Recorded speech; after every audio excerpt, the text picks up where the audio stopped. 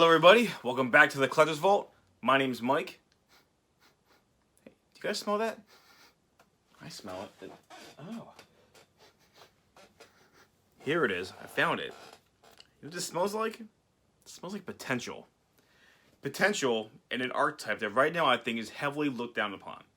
And that is the Ancient Warrior archetype. This is an archetype that just came out recently in the last set, Ignition Assault.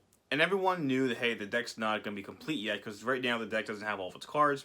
We're getting a bunch of better cards in Eternity Code.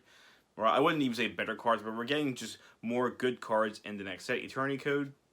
And obviously a lot of people were kind of freaking out when they got a Link monster announced in the next generation of Yu-Gi-Oh! Rise of the Duelist. So, and it actually is a really good Link monster for the deck. It, they don't really need a Link monster, but it basically is a great an interrupter. It bounces cards, it adds cards to your hand. It's amazing. So eventually people got really hyped up for the deck somewhat, and the cards skyrocketed in price, and they kind of settled down a little bit.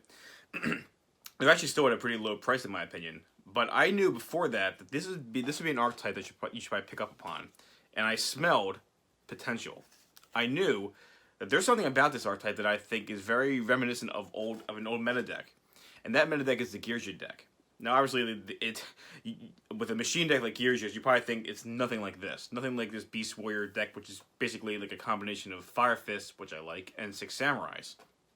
But I do realize that this is very similar to what I think of the Girja deck, because Girjas were a deck that they can go first, set their Girja armor, and set some traps. And if you weren't able to break that board, the next turn, they could OTK you and kill you just in one turn. Whether it be the pure build or the Karakuri build, it didn't matter. And they could also go second, where if you went first and it was their turn, they could, even though they drew a bunch of traps in some of their Girja monsters, there's a chance they could break that board, and then if they barely killed you, alright, well, then I'll set a bunch of traps and then I'll still kill you the following turn. It was a really strong deck. Now, we're in a whole different era of Yu-Gi-Oh! Decks are faster, there's a lot better traps in the game, but this is a deck that right now a lot of people think is only good for going second. And I do think it is very good at going second. But people also feel that there's better going second decks, because this is a deck that has a lot of versatility, but it doesn't really plus. It doesn't give you an insane amount of card advantage. It has a lot of consistency, because every card, sends any card from your hand to the grave, or any card you control to the grave, or continuous spells to the grave to add and search and summon monsters, or the spells and traps. So the deck doesn't have that much of an issue with that. But the thing is, people only think this is a going second deck. And there are a lot of really good going second options right now with, Lightning Storm, and I guess technically if you want to play Regeki and Dark Hole, Twin Twisters, Evenly Matched, Nibiru. There's plenty of great going second cards that can support any deck that wants to go second. And this is no exception. However, in Japan, the successful version of this deck is a going first variant that plays traps. And when I saw that list, I realized this guy sees something very similar that I see.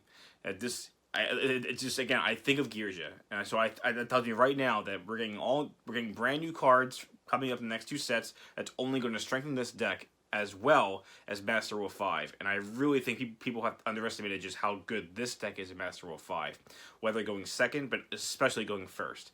So I want to show you guys at the table exactly what I've discovered with this deck, currently for Master Rule 4, but especially the potential of Master Rule 5 for Ancient Warriors. And so, with all that said, let's go to the table.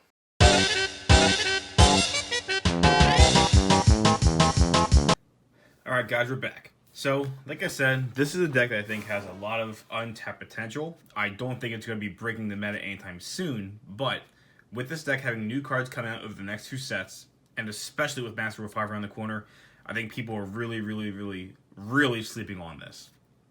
And I do just want to mention that basically this does revolve around the 3 best cards in the deck, which are arguably the 3 ultra rares, because this is basically like a tanky, or I guess this is kind of more of like a black whirlwind that you get, and it's once per turn, but still really good.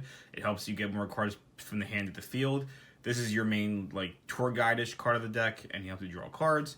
And obviously some I might butcher the names, so forgive me. But Sun Mu is obviously the main recruiter of the deck. Every single turn, you just add you a monster, and he can help bounce cards in the field. So these are basically what the best cards of the deck would do. Now, people only really think of this card being a go second deck because Lu Juan. Forgive me for the names. Lu Juan basically acts as tour guide only if your opponent has more cards than you do, and he basically gets the effect by just sending any card from the hand or field to the grave, and that's really good. But so right there, immediately you think this is a going second deck because of him being the best card in the deck, arguably. And then he can also let you support cards or get cards out of the deck like Sun Mu. You have your own Pancratops or Cyber Dragon-like card with Guan Yu. You have a Boar of the Spear or a Six Samurai Kizan with Zhang Dai. And you have other utility cards like Zhao Gong. He's also a bouncer and stuff. I think he actually is a really good card. Definitely a 3 of. So a lot of going second cards, in my opinion. But you have to realize that although this is great for going second, you're not always going to be going second. There are times you're going to lose a die roll. There are times you're going to be forced to go first. And people think, well, then this is where the deck just completely struggles, especially if you're playing in not a lot of traps. But I do want to mention that in Japan, a successful version of this deck does exist, and it does play traps. And it basically wants to go first. It doesn't play any Guan Yun, which I think is, it's not exactly the right thing to do, but I think it's still worth playing in case you do, or in case you are going second, because, there are combo decks that want to go first. Then they'll force you to go second. All right, cool. Then you have a lot of good second options. But if you are going first, cards like, well, especially Guan Yu is really, really hard to get out of the hand.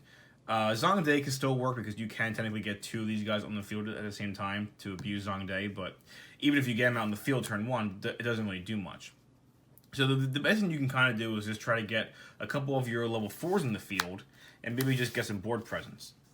And granted, they are Beast Warriors, so you can always go into something like a Tiger King, and then you can set a Tenki, which here I'm going to... So you do basically have your options with going into a Tiger King to get Tenki, then Tenki can get you any of your other Beast Warriors that you want. You can even go into something like the Fiver's Eagle, which I'm going to tell you right now is actually really, really good. So if anybody saw my Firefist deck that I showed recently, you'll realize that the Firefist deck has a lot of great utility with the Beast Warrior cards. Eagle being able to send a card like Buffalo to the grave is just a free card, and he does this by bouncing back a Tenki or a Tensu, which is just generating free resources. So in a deck like this, if you can get a Tenki back from your grave or field to the hand, that's it's great. It gives you another Ancient Warrior monster. And the thing is, when it comes to these guys, well, I guess technically all these guys that require you sending a card to the grave, this is the card that you want to activate, search the appropriate one, and send this card to the grave as a free fuel. And, it works very well. So I do see a lot of potential in a card like Eagle. And I'm going to show you guys some other utility cards that I think will definitely show just how, it will basically show the potential of this deck. And I'm also going to be assuming Master Rule 4 for now, and then I'll show you how good it is in Master Rule 5. So as I showed in my Fire Fist video, I really do think that Barrage is a heavily underestimated card, and again, come Master Rule 5, this card is going to get insane, and especially if we get Broadbull or Dryden off the list, the Zodiac engine is going to be absolutely insane. I cannot stress that enough. And it's also good in this deck. Obviously it's good on its own and any Zodiac variant of decks, but it's great in Fire Fist and it's great in Ancient Warriors. And the main utility I would say of this card is just to get obviously a level 4 Beast Warrior in the field. Now, although this deck doesn't really need Beast Warriors, because we're not getting the Link monster for 2 more sets, who does use Beast Warriors, so this will help you make him for free. But I want to emphasize that if you can ever get the Zodiac engine to help you get free level 4 Beast Warriors, so that way you can go into once I find them, get into a Eagle as soon as possible. You can really you can kind of really go off turn 1. And again, we all know that the deck's good at going second, but I want to show you what you could do going first. So let's just say in the ideal world, you actually open up, this is basically the ideal hand that I want to show you guys. And yes, you're not always going to get it. I understand that. You're not always going to open up the perfect hand, but let's just say you do happen to open up with something like this. And you will make it even better. Let's say you brick the, quote unquote, brick the Whiptail. Now this is obviously a 4-card hand, so it's not like a 2-card combo or a 1-card combo like Zoo used to do. Again, this might be a thing, obviously. Well, technically, if we get Brawl Bull back, then you won't even need to draw this. Like if you have Brawl Bull, then it'll just be a really good 3-card combo. But let's just say you draw this. So then going first, I would say you would activate your Zodiac Barrage, destroy itself, to then get a third blade out of the deck. His effect to ditch the Whiptail to the graveyard, and then you get to draw a card. Then draw a free card. Now you can go into your Chakanine. Chakanine will then detach and summon one of these guys back. It just gives you, it'll give you 2 Beast Warriors. So now you have your Eagle, and you have not actually, you have not even normal summoned yet, which is really good. So now with these 2 cards, which are really, this is like one of the best stars you can ever want in the Ancient Warrior deck. I would say you want to play your 3 visits. So try to make sure you can guys see all the cards. So play your 3 visits, play your Tenki. Now the card that you want to search with Tenki is normally going to be something like Sun Mu, but you're going to get him with 3 visits. And you want to get this card to the grave to summon the guy from your hand. So let's say you use this to get Zhao Gong. Normal summon Zhao Gong, and then that will trigger 3 visits, and it'll get you Sun Mu. Now, this is our hand. Use Zhao Gong effect to send this to the graveyard, and then set, you can set basically one of these guys. And again, we are getting new spells and traps in the future, but let's just say you want to, I'm sorry, not set, he adds this to your hand. So let's just say we add this to our hand. So this is our hand. Now this is now going to trigger, and we'll summon an Ancient Warrior from our hand, so we'll get out Sun Mu. Now, this is amazing because we did use our normal summon, and granted, we do have Tensu in the deck, so if you drew a Tensu, it can help get cards to the field. So then you can use Sun Mu's effect to get rid of the Tenki, and basically just add any of the cards in the deck that you want. If you want, you can go for a Zhongde, and then you can get the Zhongde out in the field, just a nice big beater. But again, going first, I don't think you really need that. If anything, I would just get a card for next turn. I'll maybe just get like a Lu Xuan because he's just so good, and God forbid you do get your board blown up, he can help you come back. So this is what you have so far. Now Eagle can add this back to your hand. And then by doing that, I'm going to move some cards over. I'm sorry, guys. You probably can't see everything. I guess I don't really need to put these in these zones. So you can add this back to your hand to send a Buffalo to the graveyard. Now, and I understand that a lot of the Luna Light decks are utilizing this combo, and it really is good. So I just want to say, obviously, Firefist can abuse it, and this deck can abuse it. Yes, this is a brick, but I think it's worth running just for this kind of potential. Now, you technically don't even really have to play this. I just think it's cool because then you get a Tenki back to your hand. Now, this gives you another free Beast Warrior.